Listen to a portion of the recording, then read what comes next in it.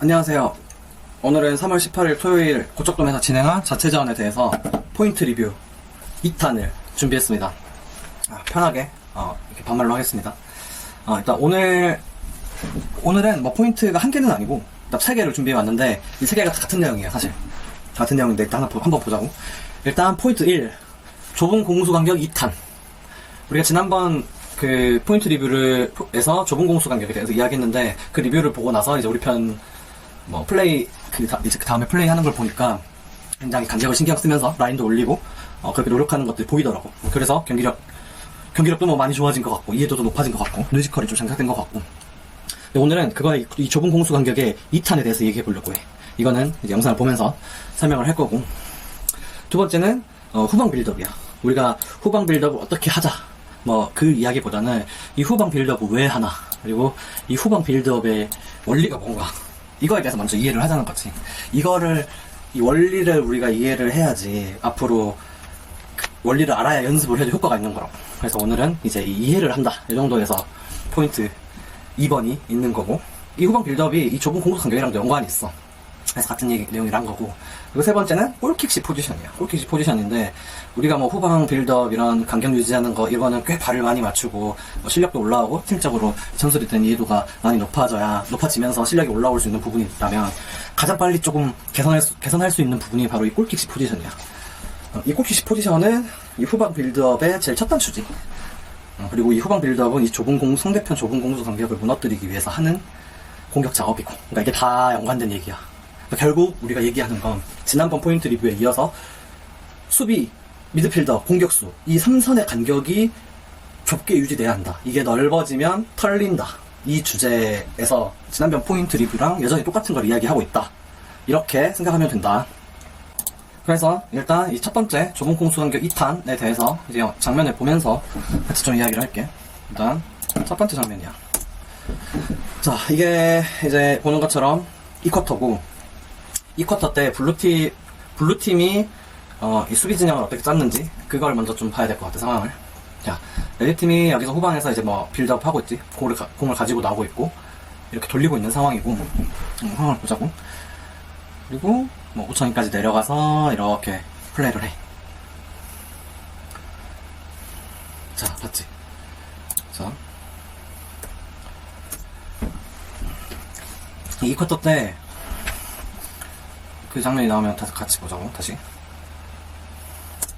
자, 2쿼터 때 블루팀이 이야기한 거는, 일단은 우리 그 수비수들의 성향상, 이렇게 굉장히 높은 위치까지 지금 잘 올라오지를 않아. 성향의 문제일 수도 있고, 그리고 좀 체력적으로 이제 조금 이게 2쿼터 중후반부의 사진 장면이라서 체력적으로 좀 이슈도 있어. 계속 매 순간 이렇게 라인을 올려가지고 전방 압박을 수비수가 여기까지 올리고, 미드필더 여기까지 올라가고, 공격수가 여기까지 올라가서 전방 압박을 강하게 하기가 힘들어. 이게 개겐 프레싱이지, 거의. 이거를 쿼터 20분 내내 유지하는 게 사실상 말이 안 돼.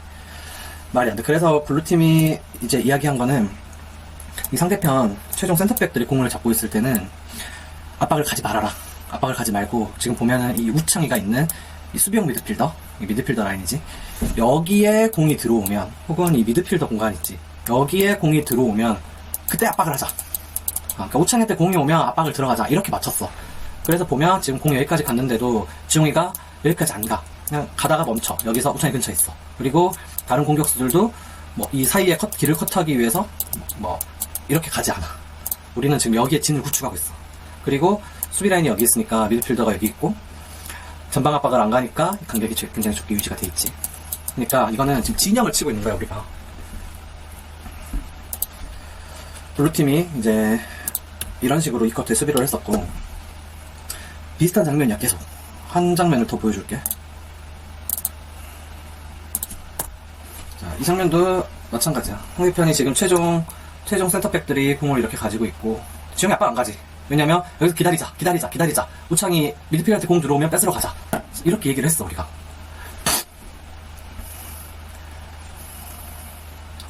자, 우리가 굉장히 내려서 전방 압박 안 가고 이렇게 내린 상태에서 이 간격을 좁게 유지한 채 진영을 구축하고 있어.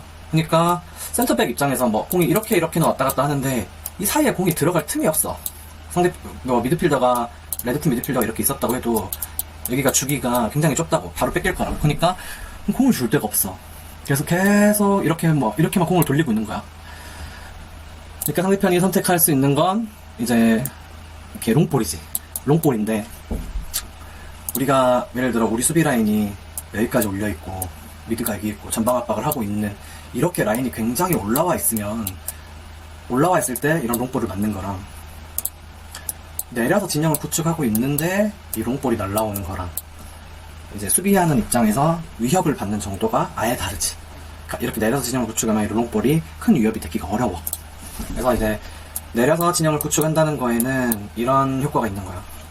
이 상대편 롱볼이나 락킹 패스에 대한 공격 전개를 억제할 수 있다. 그리고 우리가 체력적으로 좀 세이브할 수 있다. 전방 압박을 빡세게 안 하니까 공격수들도 숨을 돌릴 수가 있고. 네, 이런 장점이 있다. 자, 마찬가지로 비슷한 상황입니다. 이 쿼터의 블루팀의 수비 진영에 대해서 이야기하는 거예요. 최종 수비수한테 적극적으로 압박 안 가고.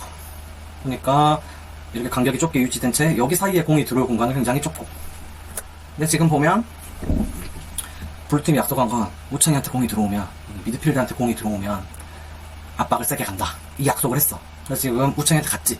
그러니까 지영이가 아까는 여기서는 막 이렇게 가까워도 적극적으로 압박하지 않았는데 이 수비에서 이 라인으로 공이 들어오니까 지영이가 지금 미친듯이 이제 압박을 달려가. 맹수같이 달려가지. 그러니까 이제 상대편 미스가 나오기도 했고 미스를 유도했지. 그래서 여기서 말하고 싶은 게 뭐냐면 우리가 쉽게 좀 오해할 수 있는 부분이 좁은 공수 간격이라는 게 수비 라인을 올린다로 오해할 수가 있지만 사실 이거는 같은 개념이 아니야. 이게 무슨 말이냐면, 자, 이 그림에서 보면 우리가 말하는 좁은 공수 간격이란 예를 들어 수비, 여기 보면 수비, 미드, 공격, 이 간격이 좁게 유지되어야 한다. 이 사이에 상대편이 들어올 수 있는 틈을 주지 말자. 이 말이 좁은 공수 간격인 거고. 자, 이렇게 좁은 삼선을 유지한 채 지금 이렇게 상대편 이제 최후방에서 공이 있잖아. 근데 우리 편이 공격수가 이렇게 전방 압박을 가. 지웅이도 여기까지 가. 상원이도 여기까지 가. 미드필더도 이렇게 올라가겠지. 그 사이 길목을 끊으러. 윙백도 여기까지 가고 수비수도 막 이렇게 와. 그러니까 전방 압박을 수비 라인을 여기까지 올리고 전방 압박에 들어가고 이렇게 위에서 좁은 간격을 유지하는 게 유지할 수도 있고 반대로 지금처럼 이렇게 아래 진영을 치고 미드필더 수비 여기 있고 미드필더 여기 있고 공격 여기 있고 아까처럼 자, 이 라인 오면은 미드필더 라인 들어오면 이때부터 압박을 하자. 아니면 우리 사이에 여기에 공이 들어오면 이때부터 압박을 하자. 그러니까 내려서 진영을 구축할 수도 있어. 근데 둘 다 이 간격은 좁아. 그러니까 좁은 공수 간격이라는 건 이 간격을 좁게 해야 한다는 굉장히 아주 기본적인 원칙을 이야기한 거고 이 간격을 유지한 채 우리가 위에서 놓느냐 아래 내려서 진영을 치느냐에 따라서 두 가지 선택지가 생기는 거지. 수비 전술적으로. 이 노란색이 어떻게 보면 전방 압박 전술이야. 전방 압박. 이게 마우스를 글씨로 쓰니까 굉장히 어렵네. 이게 이제 수비 입장에서는 라인 올리자 이 말이 나오는 상황이고 이 아래에 있는 거는 이거는 그냥 전방 압박이 아니라 이제 수비 진영 구축이지.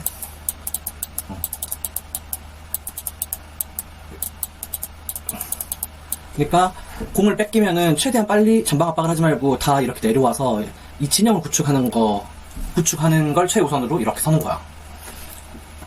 진영 구축이고 여기서 많이 나오는 말은 공격수한테 공격수 압박 가지마. 압박 가지마. 여기서부터 하자.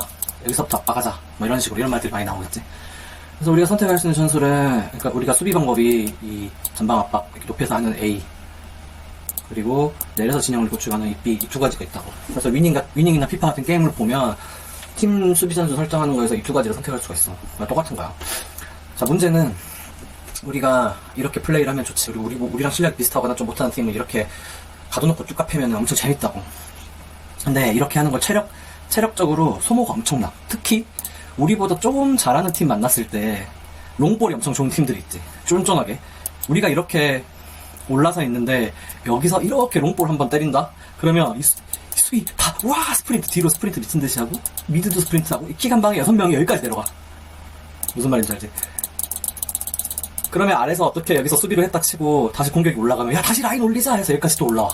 그리고 또 뺏겨서 롱킥 맞고 여기까지 내려가. 그러니까 이 올려서 하는 것들이 체력적으로 굉장히 부담되는 일이야.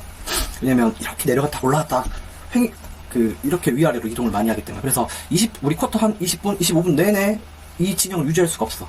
그래서 상황을 보고 우리가 체력이 조금 많이 빠졌다.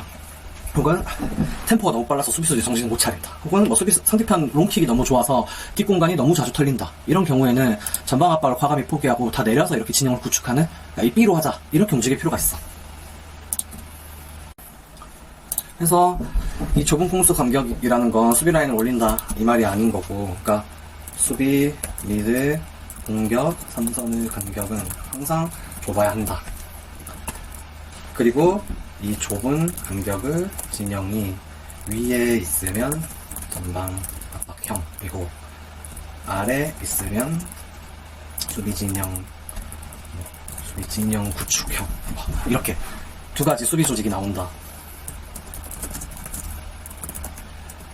그래서 오늘 이거를 이야기한 이유는 이제 이게 우리가 경기 뛰기 전에 저 올려서 해보자, 뭐 내려서 지켜보자 이렇게 이야기를 하겠지만, 이게 경기가 그 안에서 진행되는 상황에 따라서 어떨 때는 진영 3선을 좁게 서서 올라가서 해야 될 때가 있고 어떨 땐 내려서 해야 될 때가 있고, 이게 조금 경기 흐름도 있고 그렇기 때문에 또 유연하게 선택이 돼야 된다고.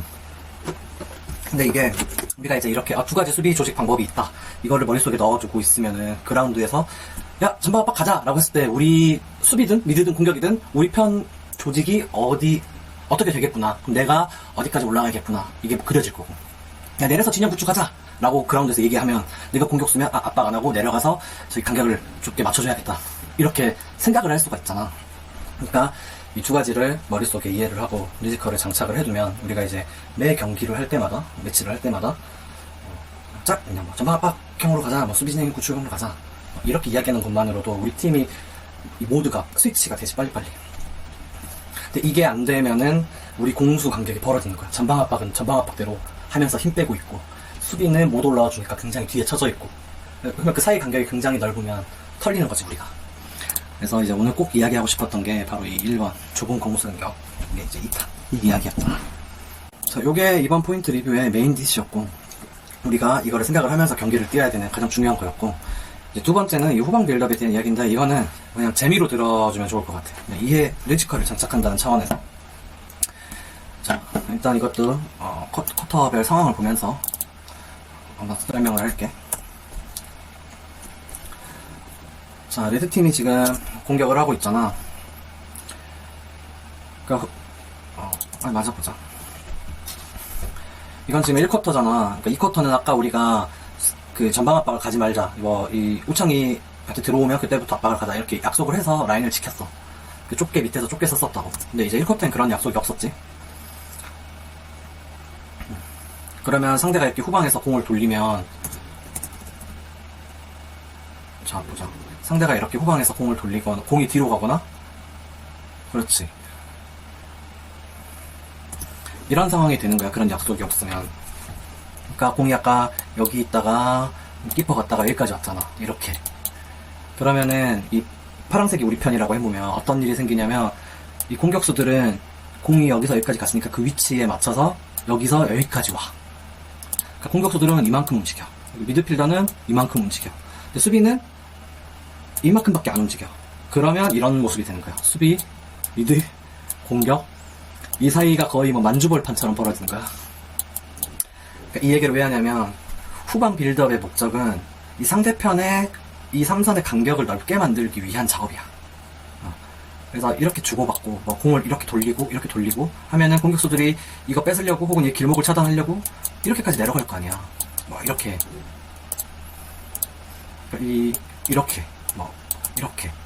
이렇게 갈 거고, 이 미드필드 커버하러 이만큼 올 거고, 이렇게 서 있다고 해봐. 그러면은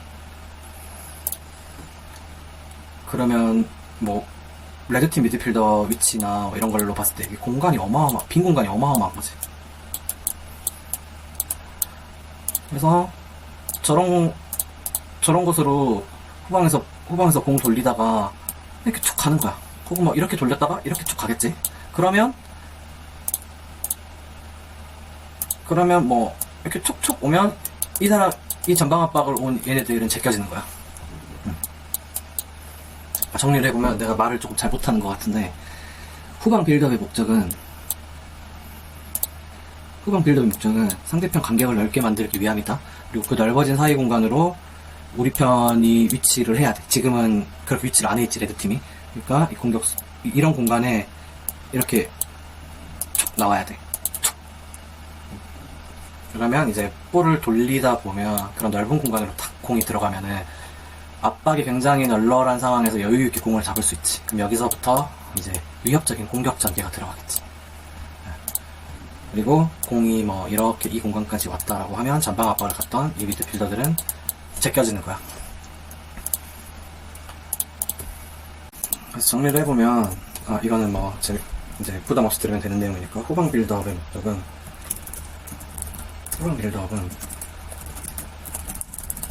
이보 전진을 위한 일보 후퇴, 이렇게 생각하면 편해. 그러니까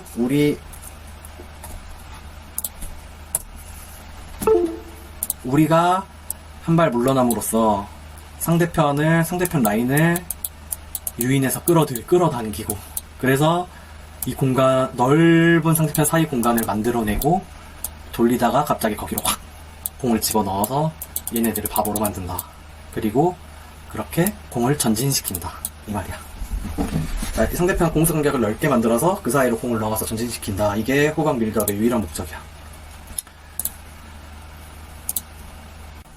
뭐 이것도 다른 장면들도 가지고 한번 같이 볼게. 그래서 이것도 1쿼터의 레드팀의 상황이고, 지금 보면 블루팀이 전방 압박을 안 들어가지. 그러니까 전방 압박을 안 들어가니, 블루팀이 전방 압박을 안 가니까 이렇게 간격이 좁은 상태인데, 여기서 미드 받으라고 주는 거는 뺏기라고 주는 거지. 이 미드는 억가당하는 거지, 어떻게 보면. 그래서 아까 말했어, 후방 빌드업의 목적은 이 공격수를 유인하는 거라니까. 여기까지 이렇게 우리가 뒤로 물러나면서 이 후방에서 공을 가지고 놀면서 상대의 공격 라인, 미드필더 라인들을 유인하는 거야. 이렇게 보라고, 이리와 해서, 예를 들어 우리 수비수가 뭐 여기까지 가. 그러니까 공이 여기 있다고 해봐. 그러면 이 공격수들도, 상대편 공격수도 이렇게 갈 거 아니야. 이렇게.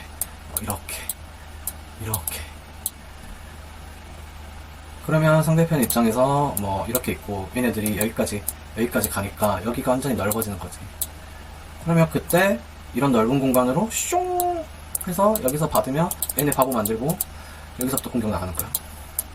이게 후방 빌드업의 원리다.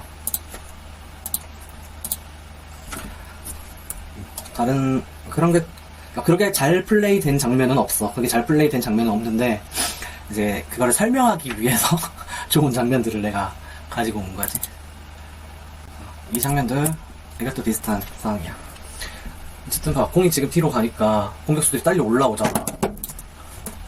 봐보자고. 뒤로 한번 빠지니까 우르르르르르 다 딸려 나오잖아. 이제 블루팀 공격수들이 이렇게 온다고. 그래서 지금 여기가 엄청 넓어졌잖아. 그러면 빨리 이런 공간을 먹으러 이 빈 공간으로 와야 돼, 미드필더들이. 아니면 뭐 공격수가 내려오거나. 그래야 의미가 있는 거지. 후방 빌드업에 의미가 있는 거야. 왜냐면 이 공간으로 뭐 공을 바로 이렇게 살짝 롱패스로 넣어줘도 되고, 이런 공간에 이제 빨리 이렇게 와서 써있으면 이렇게 롱패스 넘겨도 되고, 뭐 아니면 이렇게 돌렸다가 뭐 어떻게 그 빌드업 과정을 거쳐서 이렇게 들어갈 수도 있고.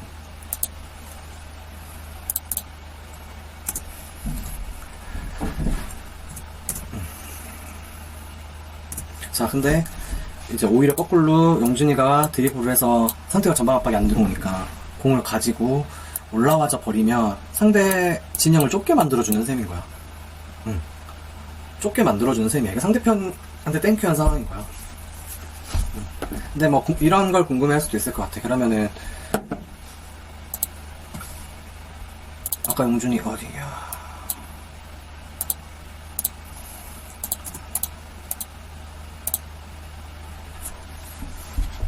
이 상황처럼 그러면 나한테 압박이 안 붙는데 압박이 안 붙으면 공을 센터백 가지고 올라갈 수가 있잖아. 그런 경우들이 많잖아. 센터백이 뭐 EPL 같은 거 봐도 그렇고 이렇게 공을 가지고 전진하는 이유는 또 하나야. 상대가 압박이 안 오니까 어그로를 끄는 거야. 얘네들한테, 블루팬한테. 야, 나 봐. 그럼 얘네들이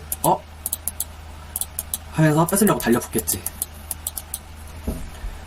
얘네들이 뺏으려고 달려붙을 거라고. 전방 압박을 안 나오던 애들이. 그러면 이제 뭐 제대로 빌드업 포지션에 서 있었다면 뭐 이렇게 서 있었겠지. 뭐 홍규가 여기까지 와주고 뭐 그러면 어그로를 끈 다음에 다시 빼. 그리고 다시 내려가. 나는 그 주고 뭐 이렇게 받으면서 이런 식으로 전개가 됐으면 블루팀이 어그로를 끌려가지고 여기까지 따라 나오겠지. 그러면 여기에 또 공간이 넓게 생기는 거야.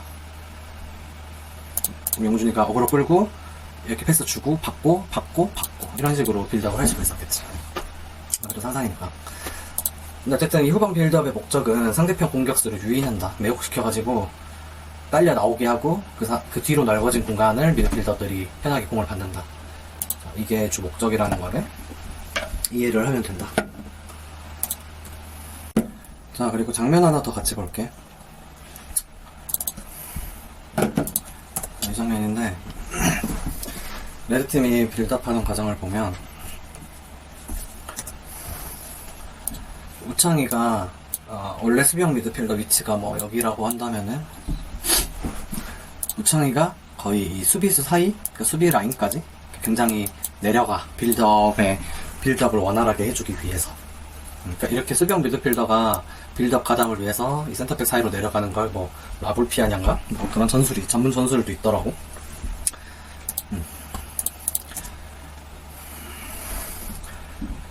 근데 나는 이렇게 그 우창이 같은 미드필더가 이 수비수 사이로 내려가서 빌드업을 위해서 이렇게 내려간다? 이거는 그 우리 편이, 그러니까 우리 그 891이 할 수 있는 후방 빌드업 전술 중에서 제일 좋은 방법이라고 생각해. 사실 일단 우창이가 이렇게 내려가면 뭐 지금 용준이는 사실 더 이렇게 포지션이 있겠지만 이렇게 공격 시 3백 형태가 돼. 3백 형태가 되고 이 세 명이서 공을 주고받으면서 좀 안 뺏기고 볼을 돌릴 수가 있어. 볼을 돌리면서 상대편 공격수들을 유인하는 거야. 그래서 여기 공간을 넓게 만드는 이제 이 작업이 가능한데, 이게 우리 팬한테 적합한 전술인 이유가 아무래도 이 후방 빌드업에서 제일 중요한 거는 숫자, 그리고 이 윙백 또는 이 풀백이 제일 중요하거든. 그러니까 풀백까지 해서 이렇게 4명이 빌드업을 한다고 생각을 해보자고. 이렇게 하는 경우가 많은데 이 4명이 서로 안 뺏기면서 공이 이렇게 갔다가 다시 이렇게 왔다가 이렇게 왔다가 다시 이렇게 왔다가, 때에 따라서 키퍼도 갔다가 이렇게 왔다가, 이게 후방 빌드업의 기본인데, 이렇게 하면 안 뺏기고 계속 유지가 돼야지 이 상대편들이 따라 나온다고, 딸려 나온다고. 그러면 여기 공간이 넓게 되고 우리 편 미드필더가 이 공간에서 공이 이렇게 돌다가 뭐 순간적으로 이렇게 들어가거나 이렇게 들어가거나 혹은 이렇게 들어가거나 이렇게 전진을 하는 건데, 이게 되려면 풀백이 굉장히 중요해. 볼이 키핑이 되고 패스도 돼야 되죠. 패스도 키핑도 돼야 되고. 근데 우리 팀이 이렇게 정말 냉정하게 이야기하면 윙백의 퀄리티가 정말 냉정하게 이야기하면 상처받지는 마. 윙백의 퀄리티가 이 후방 빌드업을 할 수 있을 만큼의 퀄리티는 아니야. 근데 이제 상대적으로 이제 볼을 조금적으로도 좀 잘 차는 친구들이 그래도 센터백들이 좀 잘 차고, 그리고 뭐 이렇게 우창이 같은 수비형 미드필더들이 조금 더 키핑이나 짧은 패스가 더 좋아. 그러면 둘이서 이렇게 주고받으면서 빌드업은 못해. 이렇게 할 거면 뭐 키퍼까지 3명을 해야 되는데 이건 너무 위험해. 그래서 우창이가 내려가서 한 수비형 미드필더 이렇게 센터백, 그 3백인 것처럼 해서 이렇게 셋이서 주고받으면서 필요에 따라서 키퍼까지 4명, 이렇게는 볼이 좀 돌 수 있어. 그럼 이렇게 볼을 돌리면서 이렇게 후방 빌드업 작업을 하면 이제 공격수들이 딸려 나갈 거고, 이 공간에서 이제 우리 편이 따먹는 거지. 그러니까 우리 891한테는 라볼 피아냐가 굉장히 현실적으로 해볼 만한 후방 빌드업 전술 중에 하나다라는 거고, 물론 이걸 지금 당장에 할 수는 없어. 그러니까 굉장히 이게 우리가 아직 그런 것들이 연습이 안 돼 있는 거야. 그러니까 우창이가 이렇게 내려가서 3백 형태로 라볼 피아냐로 빌드업을 한다라고 하면 더 벌려줘야 돼. 거의 3백이니까 여기까지. 용준이도 여기까지. 그러면 이 윙백도 더 올라가거나 더 벌리거나 여기까지 올 거고, 그러면 이 공격수들은 더 안에 들어갈 거고, 그러면 어쨌든 이 넓어진 공간에 얘가 따먹던, 이 미드필더가 따먹던, 이런 식으로 윙백이 더 벌려지고, 이렇게 포지션 정리해보면 3백이 더 넓게 서고, 보이지? 윙백이 더 깊은 위치로 들어가고 공격수가 더 안으로 들어간다거나, 아니면 윙백이 언더래핑으로 더 안쪽으로 들어간다거나, 아무튼 그런 전체적인 포지션이 맞춰서 유기적으로 움직여줘야 돼, 이게 작동을 하려면. 어쨌든 요점은 이 수비형 미드필더가 이 센터백 라인까지 가서 이 3백 형태로 빌드업을 하는 라볼 피아냐, 891이 가장 빨리 조금 시도해볼 만한 후방 빌드업 전술이 맞다. 하지만 이거를 당장에 이렇게 하기에는 우리가 조금 시간이 걸릴 거야. 시간이 걸릴 거고, 뭐 당장 욕심내서 이걸 해보자 이런 생각까지는 없어. 일단 이런 식으로 빌드업이든 어떤 식으로든 빌드업이 되려면, 그래서 오늘 이야기한 게 중요한 거야. 이 빌드업의 원리를 이해를 해야 돼. 우리가 이거에 대해서 같은 뇌지컬 수준이어야지, 후방에서 빌드업 하는 거의 목적이 리버 전진을 위해서 일부 후퇴하는 거다. 상대 공격 라인을 유혹하는 거다. 이 해도가 장착되는 게 먼저다. 그래서 이 포인트 2번은 그냥 당장 할 순 없는, 하지만 후방 빌드업의 원리란 이런 거구나, 이걸 이해하는 차원에서 가볍게 들어주면 될 것 같습니다. 자, 그래서 후방 빌드업은 당장에 우리가 바로 잘해지기는 어렵다. 이건 시간이 필요하다. 근데 이제 이 원리를 이해해야지 연습을 해서 개선이 되는 게 의미가 있으니까. 이 원리를 모르면 그냥 뒤에서 볼 돌리는 게 무슨 의미지, 그냥 롱볼 그냥 막 턴오버 나는 롱볼을 차고 이런다고. 이 원리를 알면 상대의 공수 간격을 넓게 만들기 위한 제일 첫 작업이다. 이렇게 이해를 하고 우리가 그거를 이해를 하고 있어야지 연습하는 게 의미가 있는 거고. 어쨌든 당장에 바로 우리 팀 조직력이 잘해지기가 어렵다. 하지만 가장 빨리 우리가 좀 개선해서 효과를 볼 수 있는, 즉시 처방이 가능한 게 하나 있어. 그게 바로 이 세 번째 골킥식 포지션이야. 이게 얼마나 중요한지 그 장면을 가지고 한번 볼게. 먼저 잘된 장면 하나를 먼저 보겠습니다. 레드팀 골킥식 포지션인데, 주일이 형이 공을 잡고 와서 가운데 넣고, 포지션을 봐. 센터백들은 이 양쪽에 벌려져 있고, 윙백들은 그거에 맞춰서 이렇게, 어쨌든 이게 기본 포지션이다. 기본 포지션. 이게 왜 중요한지는 이따가 잘못된 예를 보면은 알 수가 있다. 근데 이제 그 예전에 정환이가 드론 리뷰할 때도 이거에 대해서 좀 여러 번 이야기하고 지적도 하고 이랬던 것 같아요. 그래서 그런 리뷰들을 잘 들었던 사람들이 있는 이 레드팀은 잘 지켜져. 자, 근데 이제 좀 잘 안 좋은 예를 바로 이어서 보여줄게. 자, 블루팀이야. 이게 이제 유태경의 어떤 개인 특성인 것 같기도 하거든. 그러니까 이런 스타일이죠, 항상 보면은. 근데 이게 별 문제가 되나? 지금 이렇게 주변에 공격수도 얼마 없고 내가 키퍼보다 킥이 더 좋고 이렇게 가져갈 수 있다고. 근데 그게 어떤 스노우볼이 굴러가는지를 보면 될 것 같아. 자, 이렇게 받았어.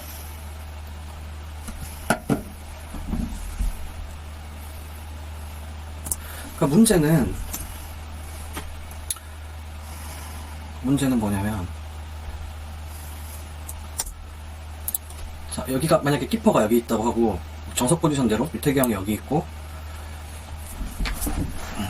다른 센터백이 여기 있고, 윙백은 아니지만 동엽이 여기까지 내려왔으니까, 근데 어쨌든 윙백이 여기 있고, 이게 동엽이라고 치면 되니까, 미드필더가 여기 있고, 윙백이 여기 있고, 이쪽 윙백 근호가 여기 있고, 키퍼가 이렇게 있고. 자, 이거랑 비교를 해보자. 이거랑 비교를 해보면 공격이 전개될 수 있는 이 선택지들이 너무 많아. 여기서 이렇게 갈 수도 있고, 이렇게 미드필더로 갈 수도 있고, 이렇게 갈 수도 있고, 이렇게 갈 수도 있고.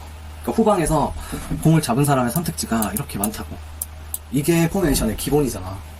근데 처음부터 공을 이상하게 받으면 선택지가 없어.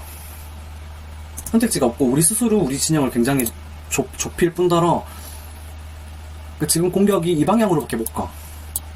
왜냐면 여기 있어야 미드필더가 여기까지 내려갔고, 그러니까 선택지가 이것도 없어. 그러니까 이거밖에 없는 거야. 다시 이렇게 온다고 한들 이렇게 돌아가는 거 어차피 처음부터 그렇게 포지션에 갇혀오는 것도 훨씬 비효율적이라고. 다른 상황도 한 번 더, 다른 상황으로 한 번 더 볼게. 그게 더 잘 드러나는 장면이거든. 자, 골킥 정석 포지션이 얼마나 중요한지 보자. 이렇게 받았어. 당연히 이 길 없고, 여기밖에 못 가. 여기 아니면 이렇게 리턴이었겠지? 근데 이제 지금 몸 방향을 보면, 여기밖에 없어. 그러면은 상대편 공격수가 압박을 하기가 너무 좋지. 선택지가 이거밖에 없는데. 그래서 공은 이제 용이한테 가지. 근데 용이 입장에서는 뭐 이미 이렇게까지 압박이 들어왔는데 풀어 나오기가 쉽지 않지. 근데 사실 이 케이스는 운 좋게 어쨌든 풀어 나왔지. 왜냐면 레드팀이 전방 압박을 이 공격수만 했으니까 이 뭐 미드필더나 수비까지 더 전체적인 팀적으로 전방을 할 뻔했으면 이거 그냥 턴오버였어. 우리 골킥인데 그냥 턴오버가 나는 상황이라고. 그러니까 애초에 이렇게 유태경이 있어서 이렇게 정석 포지션을 유지하면 일로 갈 수도 있고 일로 갈 수도 있고, 최초에 이 선택지가 엄청 커. 이 선택지가 굉장히 중요해. 근데 우리 스스로 선택지 하나를 지우고 이 선택지밖에 없게 만들어두면 상대 입장에서 너무 땡큐지. 너무 보이는 공격이잖아. 그래서 이 골킥 할 때 빌드업 포지션이 굉장히 중요하다. 그러니까 이 첫 패스는 당연히 여유도 있고 쉽게 받을 수 있지만 그 다음에 첫 단추가 잘못 깨지는 셈이다. 그리고 마지막은 이제 잘된 상황으로 마무리가 돼야겠지. 그래서 주일형이 이 부분이 굉장히 좋아졌고 발밑도 굉장히 좋아지셨더라고. 첫 상황부터 보면 정석 포지션대로 지금 서고 주일형이 딱 봐. 이 공을 기준으로 일로 줄까를 봤어. 근데 이제 정무 이쪽 편에 어쨌든 상대편 공격수들이 좀 더 밀도가 있고 이쪽 편에 여유가 있어. 이 상황을 판단을 하는 거야, 키퍼가. 이걸 보고 일로 주는 선택을 해. 이게 가능한 이유는 어쨌든 이 정석 포지션을 유지하니까. 그러니까 첫 선택부터 훨씬 우리한테 유리한 더 선택지가 많은 선택을 할 수가 있어.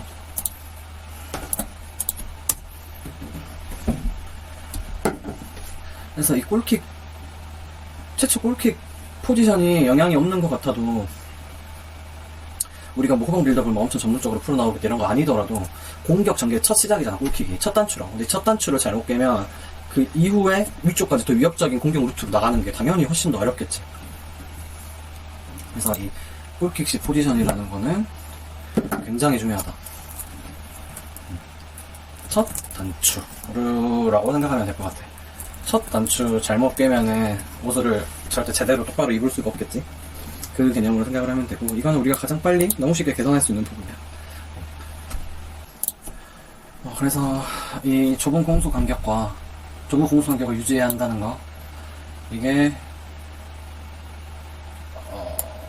위쪽에서 좁게 서 있으면 전방 압박을 하는 형태의 수비 조직이고, 아래쪽에 있으면 수비 진영을 구축하는 수비 조직이고, 그리고 이 후방 빌드업이라는 건 상대편의 이 공수 간격을 넓게 만들어서 넓은 공간으로 진출하기 위한 방법이라는 원리.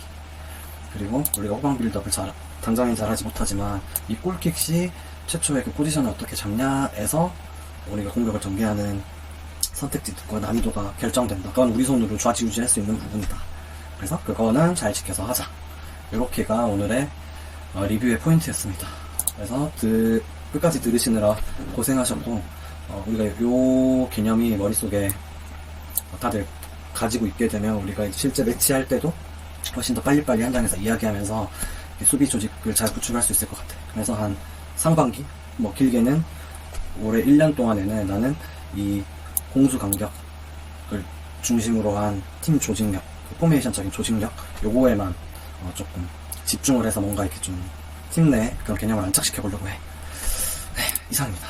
그래서 긴 리뷰 들으시느라고 너무 고생 많으셨습니다. 다음 리뷰 때 뵙겠습니다.